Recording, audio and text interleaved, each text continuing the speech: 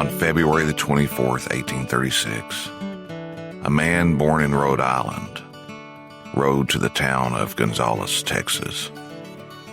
His name was Albert Martin, and he carried a message from San Antonio to Bear, 70 miles away. The words on the paper were a cry for help, and people today are still inspired by them. On December 25th, 1835, Texian forces had been camped outside of San Antonio de Bear for over a month. Centralist Mexican forces held the town, and the troops were growing discouraged. Stephen F. Austin had left after being given a new appointment. James Bowie was in Goliad. Several Texians had left to see to the needs of their farms and their families, and the remaining soldiers there debated whether or not they should also leave. Then a man who had grown tired of waiting for a decision said, "Who will follow old Ben Milam into San Antonio?" Over 300 men, including Tejano Juan Seguin, chose to follow. Old Ben Milam was killed in combat on the third day, but by December 9th, 1835, the Texians seized control of San Antonio de Bear. General Sam Houston asked Bowie to travel to San Antonio de Bear and present his recommendation to leave the Alamo after blowing it up. Bowie arrived on January the 19th and shared the recommendation with Commander James C. Neal, and they decided to disregard the suggestion and hold the Alamo and Bear. There were two main routes into Texas in 1836. Mexican General Jose de Urrea arrived at Matamoros along the southern route on January 31st, 1836. He was following Santa Anna's orders to take that route. Santa Anna was still making preparations to march to Texas and would follow by the other route towards Bear. Santa Anna began his march towards Bear on February the 1st, 1836. Neal and Bowie had sent a letter to Provisional Governor Henry Smith stating that they preferred to, quote, die in these ditches than give up this post to the enemy. Smith sent Lieutenant Colonel William B. Travis with about 30 men to assist them in their quest to hold the Alamo. They arrived in San Antonio de Bear on February the 3rd, 1836, the same day that Santa Anna reached Monclova, about 300 miles away. The winter march was taking its toll on Santa Anna's army. Many were from the tropical state of the Yucatan, and several hundred would be lost to the weather on the march to San Antonio. While Sam Houston was negotiating a treaty with the Cherokee Nation and their allied nations, David Crockett was traveling to San Antonio. The treaty was signed with the Cherokee on February the 5th, 1836, and Crockett and his fellow Tennesseans, about 30 in number, arrived in San Antonio de Bear on February the 8th, 1836. Crockett had long been an American celebrity, and his arrival was a welcome one. He ingratiated himself to the Texians when he said he wanted no rank higher than private. Alamo Commander James C. Neal left the Alamo on February 11th, 1836. He promised to return with reinforcements and supplies within 20 days. Surely Santa Anna would not arrive until mid-March. Travis was the ranking commissioned officer, while Bowie had been elected colonel by the volunteer soldiers, and the volunteers respected Bowie. So the two worked out an arrangement to share the command.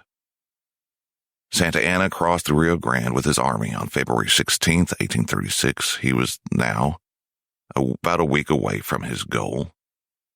And keep in mind that Santa Anna was no stranger to the area.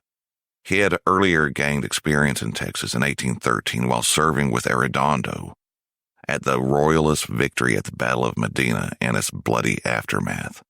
He would apply lessons learned there in the near future. Santa Anna reached the Medina River on February 21st, and scouts began to arrive and inform Colonel Travis that the Mexican army was drawing close ahead of expectations. A lookout in the San Fernando Church saw the approaching Mexican army on February 23rd. 1836, the Texian forces fell back to the Alamo, and Santa Anna entered San Antonio de Bexar without firing a shot. At the same church from which the lookout had spotted the approaching army, San Fernando, Santa Anna had a red flag raised to send the message that he would show no mercy. He demanded that the Texans surrender unconditionally. And Travis responded with his own message. He had the Texians fire an 18-pounder, the largest cannon they had. And the Mexican army began a bombardment of the Alamo, and the siege of the Alamo began. Bowie fell ill and became confined to his bed, leaving Travis in command. Travis had already sent out letters requesting men and supplies, and would do so even during the siege. But on February 24th, 1836, he sent the one with Albert Martin that would someday become one of the most famous letters in history, and these are the words that he wrote. Commandancy of the Alamo, Bexar, February 24th, 1836. To the people of Texas and all Americans in the world, fellow citizens and compatriots, I am besieged by 1,000 or more of the Mexicans under Santa Anna.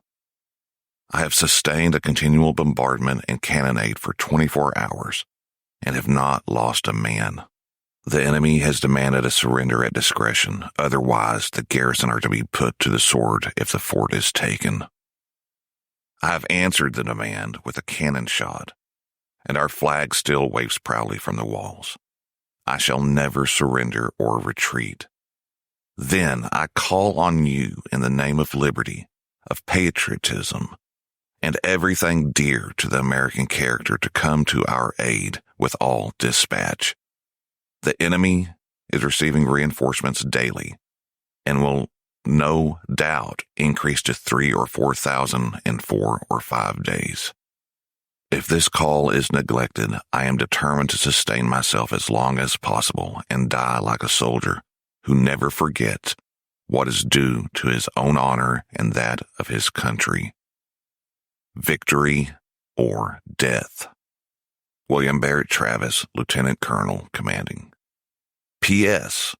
The Lord is on our side. When the enemy appeared in sight, we had not 3 bushels of corn. We have since found in deserted houses 80 or 90 bushels, and got into the walls 20 or 30 head of beeves. Travis. Upon reaching Gonzales, Albert Martin added some additional postscripts to the document, stressing the necessity of reinforcements. He wrote, "Since the above was written, I heard a very heavy cannonade during the whole day. Think there must have been an attack made upon the Alamo. We were short of ammunition when I left. Hurry on all the men you can in haste. When I left, there was but 150 determined to do or die. Tomorrow I leave for Bexar with what men I can raise." Then there was some illegible copy, and he closed, "at all events." And then added, "Colonel Almonte is there. The troops are under the command of General Sesma." Albert Martin then handed the letter to Launcelot Smither, who added his own postscript. "I hope that everyone will rendezvous at Gonzales as soon as possible, as the brave soldiers are suffering. Do not neglect this. Powder is very scarce, and should not be delayed one moment. L. Smither."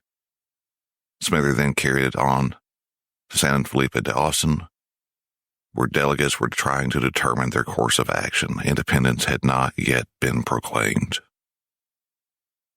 The letter reached the hands of Provisional Governor Smith on February 27th, 1836, and he sent the words to be printed as a handbill for distribution.